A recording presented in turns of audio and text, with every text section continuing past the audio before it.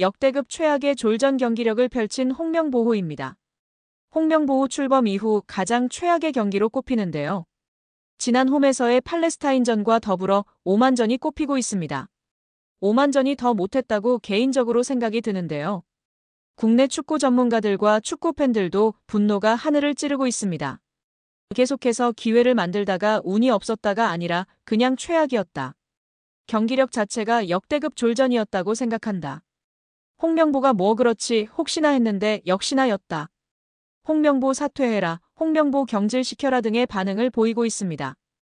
여기에 오만 감독의 경기 후 기자회견 발언이 화제가 되고 있는데요. 경기 종료 후 기자회견에 나선 라시드 자베르 오만 감독은 수비를 잘한 것은 사실이라며 이번 경기에서 수비가 제대로 나오지 않았다면 동점이 나오지 않았을 것이다. 박스 바깥으로 선수들을 밀어내려 했다. 최대한 박스 바깥으로 밀어냈다. 수비적으로 준비를 잘했다. 찬스가 왔을 때 득점까지 만들어냈기에 이런 결과가 나왔다라고 말했습니다. 오만은 한국에 비해 객관적인 전력에서 한 수 아래의 팀으로 평가됩니다. 여기에 원정이라는 점, 또 추운 날씨에 적응해야 했다는 점인데요. 오만의 겨울 평균 기온은 17도입니다.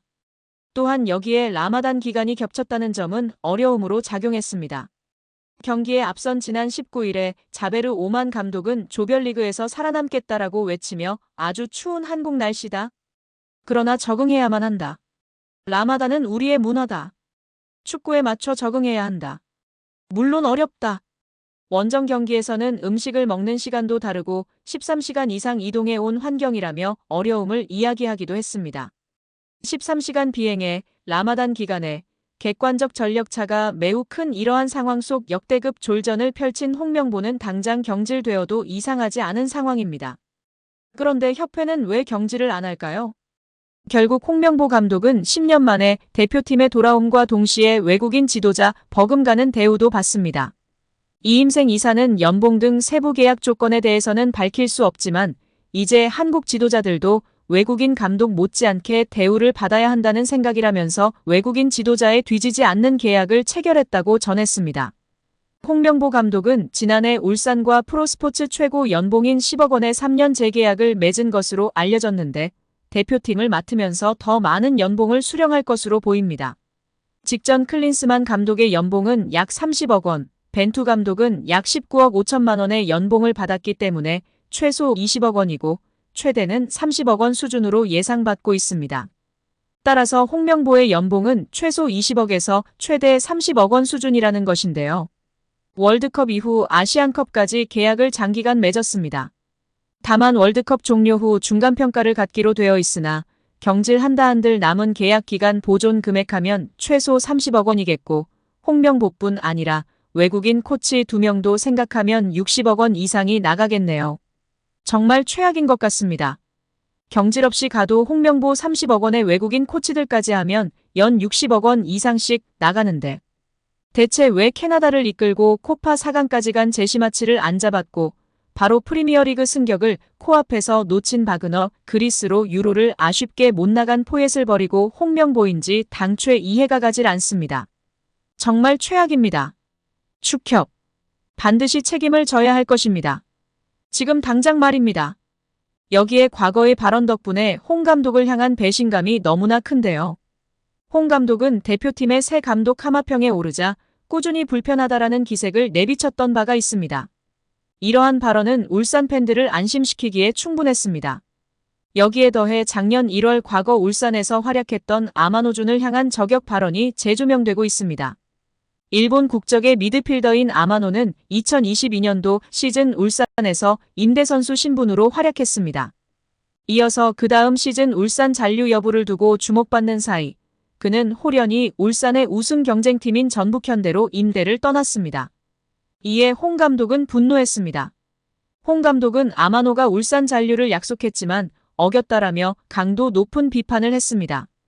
곧바로 아마노 측은 홍 감독의 발언에 반발했지만 울산은 이례적으로 아마노 이적 협상과 관련된 보도자료를 배포하기도 했습니다. 이처럼 당시 두 사람 사이에 벌어진 진실 공방은 많은 주목을 받았습니다. 당연히 울산 팬들은 홍 감독의 발언을 적극 지지했습니다. 그런데 아마노의 배신감을 느꼈던 홍 감독이 울산에 배신감을 안긴 아이러니한 상황이 된 것입니다. 이에 울산 팬들은 홍 감독을 아마노의 이름에 빗대어 아마노 홍이라는 조롱 섞인 별명으로 부르기 시작했습니다. 이러한 상황에서 홍 감독은 아직까지 어떠한 입장도 내놓지 않고 있는데요. 덕분에 울산 팬들의 속은 더욱 타들어가고 있으며 그들에게 남아있는 것은 피눈물 섞인 배신감뿐이었습니다. 한때 K리그 2년 연속 우승을 안겨주며 팬들에게 기쁨을 안긴 수장은 이제 사라졌습니다. 홍명보의 능력도 문제지만 장점이라고 평가받던 소통 문제, 리더십 문제도 결코 장점이 될 수 없다고 폭로한 국내 지도자가 있어 화제가 되고 있습니다.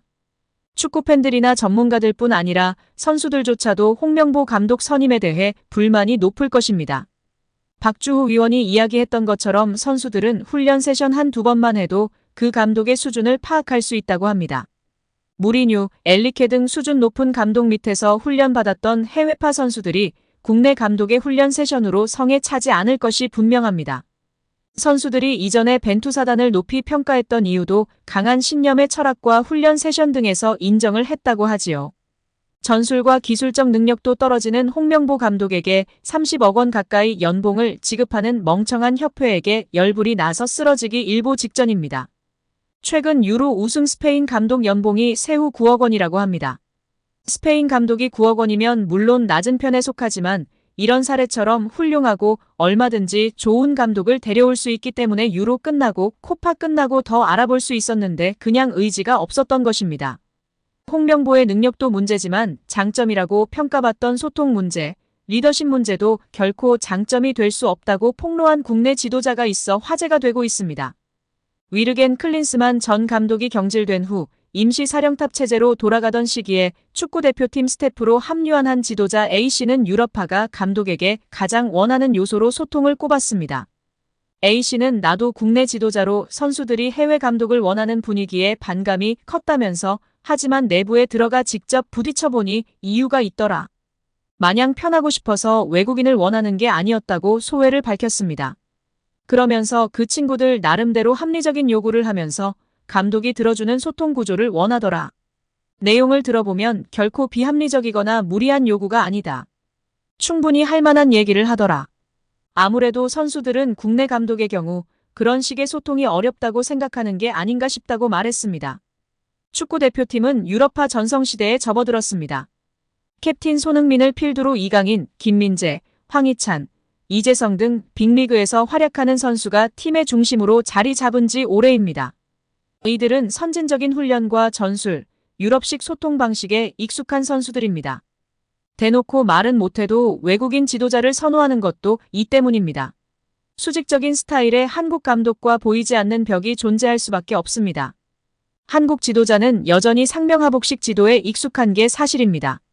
대표팀 지휘봉을 잡은 홍 감독은 전형적인 카리스마형 리더입니다.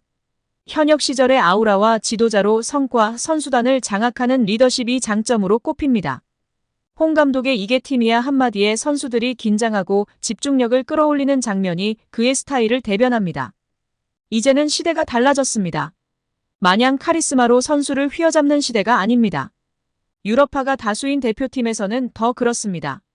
아무리 홍 감독이라 해도 밀어붙이는 리더십으로는 팀 분위기를 장악하기 어렵다는 게 대표팀 내부를 잘 아는 관계자의 일관한 견해입니다.